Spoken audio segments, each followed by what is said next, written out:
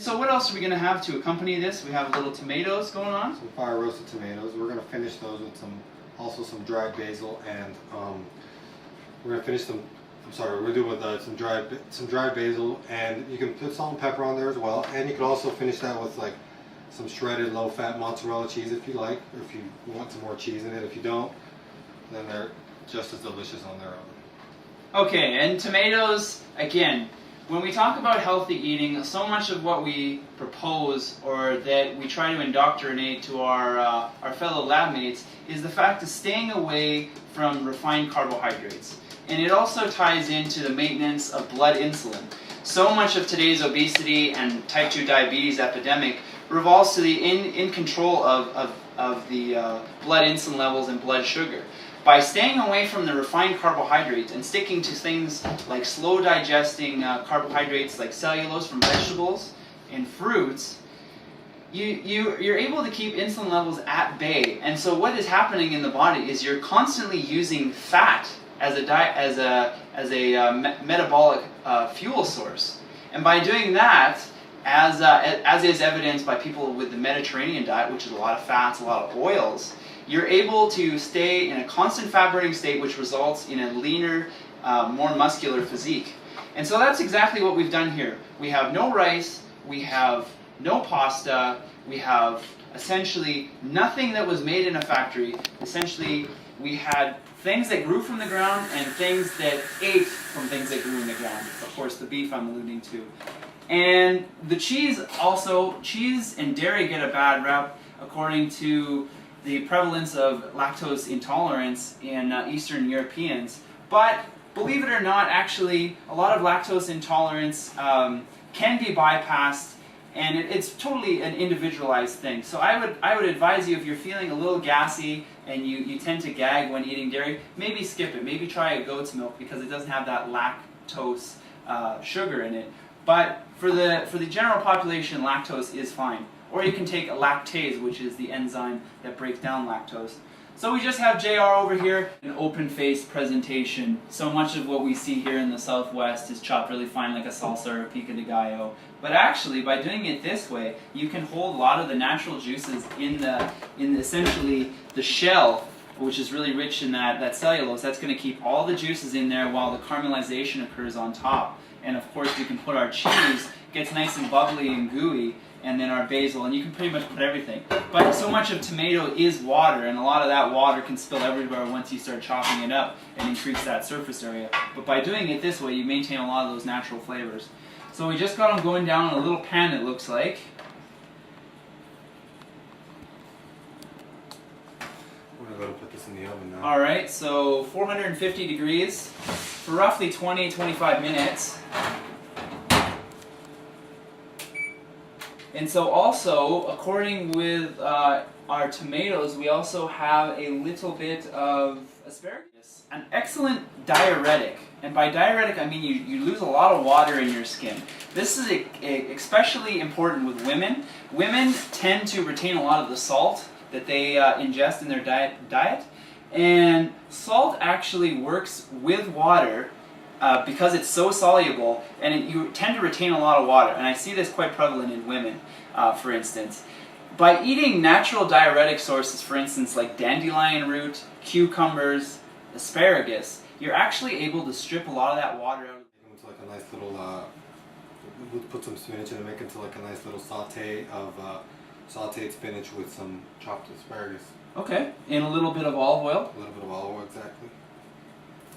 Again, you'll notice in a lot of these shows, we do cook a lot of things in oil, whether it be sesame seed oil, peanut oil, almond oil, or our friend extra virgin olive oil. And the reason for that is because we do get that extra fat, and we do stimulate the utilization of fat as a metabolic fat, metabolite source. And so another excellent characteristic of fat is what? It tastes good, right? Right, everyone can admit fat tastes good. And so it's actually going to bring out a lot of the flavors. It's going to give it a nice oily texture on the palate, which is quite comforting. And so down we go. We got the nice chopped asparagus in the pan. Well, the asparagus, you want to make sure you have to cook it a little bit longer just to get, because it's naturally crunchy. So you want to put the asparagus first, and then you'll add the remainder part of your spinach that you bought, because the spinach will cook down really fast. So we got just a nice little thin chop going on there. And unfortunately, you can't smell what's going on, but automatically, I can smell what's going on with that roast. I can smell the flavors of the meat starting, and I can smell the harmony of the cheese and the meat, and it's really something special. And this is also another thing. You've got that 20 minutes that the meat is cooking. You can sit there, and your company will absolutely love as the room fills up with wafts of that excellent flavor and sense. So now JR's just going down.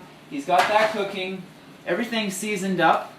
So what about the tomatoes, though? When do we get those going? We'll get the tomatoes probably right when there's about 5 minutes left on the roast, so everything comes out at the same time. Tomatoes take roughly between like 7 to 10 minutes. So as the roast, you always have to let a roast rest. You can't just cut it and serve it, because you have to let it rest and let all the juices sear out of it. So it's always important to let the roast rest maybe about 5 minutes. So as it rests, we get the tomatoes out. See, that's an excellent point. So when I always cook a roast or a large piece of meat, I get it out of the pan or the oven, and automatically I chop into it. And what happens? 10 seconds later, it looks like a homicide, and there's blood everywhere.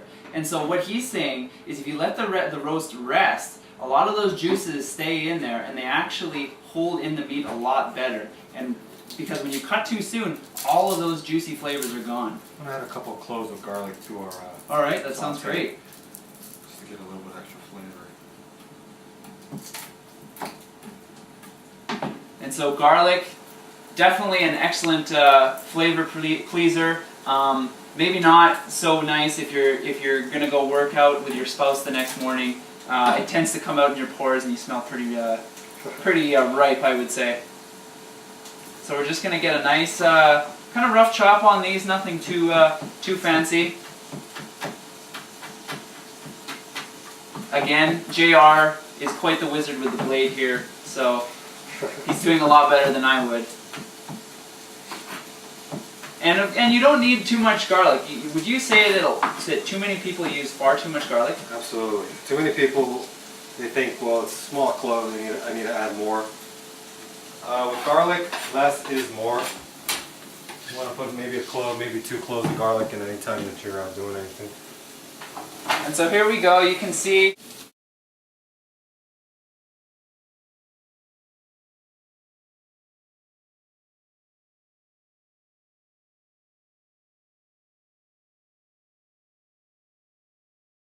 Yeah, nice and brown. It's got about another couple minutes on there. So, and again, we're going to take that out and allow it to rest.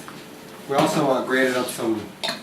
Got a little grated up skim mozzarella, or part skim mozzarella. So that can go on there if you want to give yourself a little bit of a textural difference. The tomato's going to be nice and soft. We'll put a little bit of that cheese on. It'll get gooey, and then as it rests, it'll get nice and crispy. So we got another 5 minutes. Let that keep going, and then we'll start plating. Back here we got our roast. It's rested 5-10 minutes, and so we've got the twine on here, and so just about when you're ready to start serving this, you're going to take that twine off. Meanwhile, we've got the veggies on over here. They're just finishing up here. They're about done. And we've got the tomatoes. They've been in for about 5 minutes.